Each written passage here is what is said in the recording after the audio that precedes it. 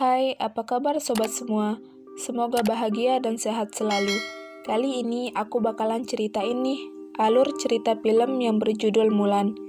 Film yang dirilis pada tahun 2020 yang disutradarai oleh Niki Caro. Film dimulai dengan Mulan yang berlatih menggunakan Chi atau kekuatannya. Kemudian di sebuah pemukiman, Mulan sedang mengejar ayam untuk dimasukkan ke dalam kandang. Ia mengejar ayam tersebut sampai ke atas genting rumah. Seketika ia pun terpeleset dan baiknya ia mampu menggunakan kekuatannya sehingga ia turun dengan sangat baik. Akan tetapi, orang-orang di sekelilingnya menatap sinis dan tidak suka dengan kekuatannya. Di rumah, orang tua Mulan khawatir kalau Mulan disebut sebagai penyihir, karena pada saat itu perempuan tidak diperkenankan menggunakan kekuatan supranatural, sehingga disebut sebagai penyihir. Mulan pun mendengar percakapan orang tuanya. Tidak lama kemudian, ayahnya datang dan mengatakan si Mulan sangat kuat. Ayahnya pun meminta si Mulan untuk menyembunyikan kekuatannya.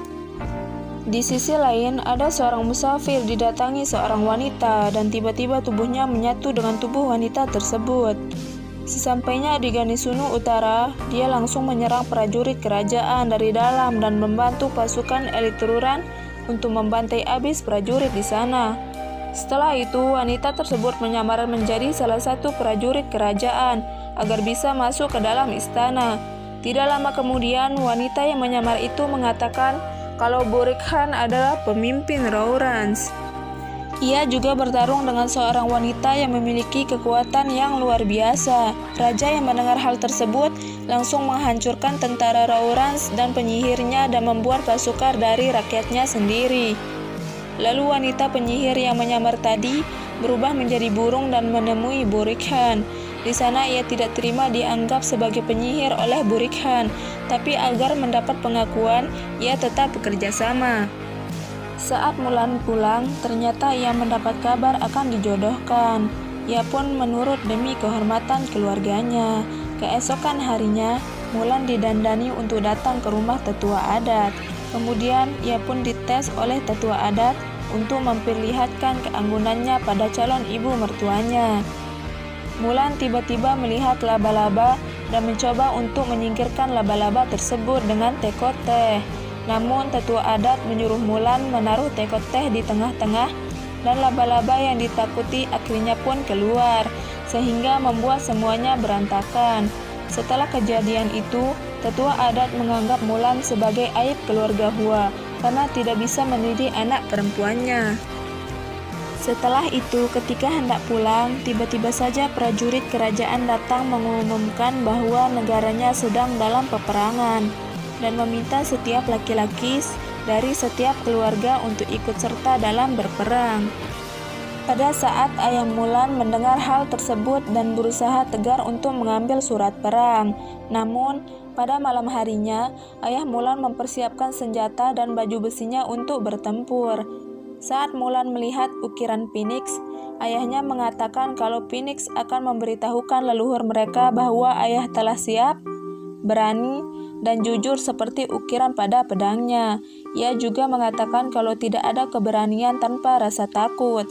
Setelah mendengar hal tersebut, kemudian Mulan mencoba pedangnya.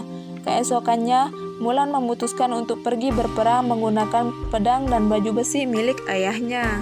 Ketika ayahnya menyadari Mulan telah pergi, ia pun berdoa kepada Phoenix untuk melindungi Mulan. Saat malam tiba, Mulan memutuskan untuk beristirahat. Pada pagi harinya, Mulan terbangun dan melihat Phoenix menunjukkan jalan kepadanya.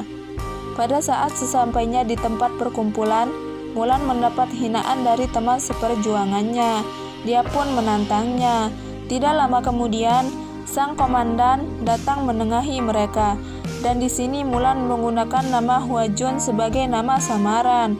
Pada saat ia berada di tenda prajurit, petingginya datang untuk meminta sukarelawan untuk tugas jaga malam. Sontak Mulan pun langsung menerimanya. Setelah itu, Mulan kembali ke tenda prajurit untuk beristirahat. Dan di pagi harinya, mereka dikumpulkan untuk mendengarkan peraturan. Lalu mereka melakukan latihan pedang, memanah, dan membawa air untuk sampai ke puncak gunung. Hari demi hari, mereka terus-menerus melakukan latihan agar bisa menjadi prajurit yang sesungguhnya. Kemudian salah satu temannya yang bernama Long Wei melakukan kecurangan, dia pun mendapat sanksi berupa pengusiran. Keesokan harinya, pada saat latihan tombak, Hong Wei membuat Hua Jun kesal. Kemudian Hua Jun memberinya pelajaran dengan menggunakan keahliannya. Teman-temannya yang melihatnya pun tampak bangga kepadanya. Saat tengah malam, Hua Jun pergi ke danau untuk mandi. Tidak lama kemudian, Hong Wei datang untuk meminta maaf dan dia mengatakan kalau mereka akan melawan musuh yang sama dan dia akan melakukan apa saja untuk melindungi teman-temannya. Pada saat pertemuan 12 pemimpin suku Raurans, mereka menolak keberadaan penyihir karena menurut mereka penyihir itu tidak bisa dipercaya. Namun Borikhan meyakinkan bahwa penyihir ini akan melayani mereka sampai akhir. Setelah itu, Borikhan menyuruh penyihir untuk menghancurkan garnison berikutnya. Pada waktu yang bersamaan, Hua Jun dipanggil oleh Komandan Tang. Ia menyuruh Hua Jun untuk mengembangkan kekuatan miliknya untuk bisa menjadi pejuang yang hebat. Setelah itu, ia pun berlatih untuk melatih kekuatannya seperti dahulu kala. Keesokan harinya, Hua Jun berhasil menjadi satu-satunya prajurit membawa air dengan kedua tangannya ke puncak gunung. Namun di sisi lain, Raurans berhasil menghancurkan garnison dengan cepat. Komandan Tang yang mengetahui hal tersebut langsung mengumpulkan semua prajurit untuk maju melawan Raurans agar bisa melindungi garnison Mos Tentep. Tapi pada saat sumpah prajurit, Hua Jun merasa gelisah karena menyadari kalau dia telah berbohong dengan identitasnya. Karena rasa gelisahnya itu, Hua Jun mendatangi Komandan Tang. Dia bermaksud untuk mengaku. Namun di sana Komandan Tang malah ingin menjodohkannya dengan putrinya. Ketika mereka datang di garnison Batalion 4, semua prajurit telah tewas mengenaskan dan tidak tersisa sama sekali satu prajurit di sana. Sesampainya di garnison Mos Tentep, dua prajurit melapor ke Komandan Tang bahwa Borikhan telah mendekat. Maka dari itu, Komandan Tang memutuskan bergerak lebih cepat agar bisa mengendalikan musuh. Kemudian pada saat mereka sedang berkumpul, dengan rasa takut, Hua Jun meyakinkan teman-temannya bahwa tidak ada keberanian tanpa rasa takut. Dia pun berjanji untuk melindungi semuanya agar tetap hidup dan akan melindungi satu dengan yang lainnya. Keesokan harinya, pertempuran antara prajurit kerajaan dan Raurans pun tidak terhindari. Komandan Tang menyuruh pasukan berkuda sayap kiri untuk mengejar para prajurit Raurans yang kabur. Tetapi tidak lama kemudian, pasukan Hua Jun menembak satu persatu hingga menyisakan dirinya saja. Namun Hua Jun yang sendirian untuk tetap mengejar, tanpa dia sadari, ternyata ada sang penyihir yang tiba-tiba menyerangnya. Si penyihir telah mengetahui kalau si Hua Jun telah berbohong. Dia bisa merasakan kalau kekuatan yang dimiliki Hua Jun tidak kalah murni. Dan karena si Hua Jun tidak mengaku, si penyihir akhirnya membunuh dirinya. Beruntungnya dia bisa masih selamat, dan sejak kejadian itu, dia memutuskan untuk menjadi Mulan dan membuka penyamarannya. Dia pun bergabung kembali dengan pasukan.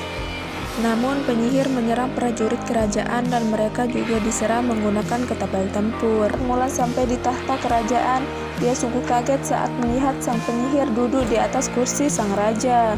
Sang penyihir kemudian membandingkan dirinya dengan Mulan, karena masyarakat bisa menerima si Mulan tapi tidak dengannya. Dan Mulan mencoba untuk menyadarkan seorang penyihir bahwa ia masih bisa berada pada jalan yang benar. Dan Mulan membuktikan pada penyihir kalau ada tempat untuk orang seperti mereka. Lalu Mulan meminta tolong kepadanya untuk menuntunnya ke sang raja. Tanpa menjawab, sang penyihir langsung menunjukkan jalan kepadanya. Dan di sisi lain, Borikhan sedang menyiapkan cairan panas.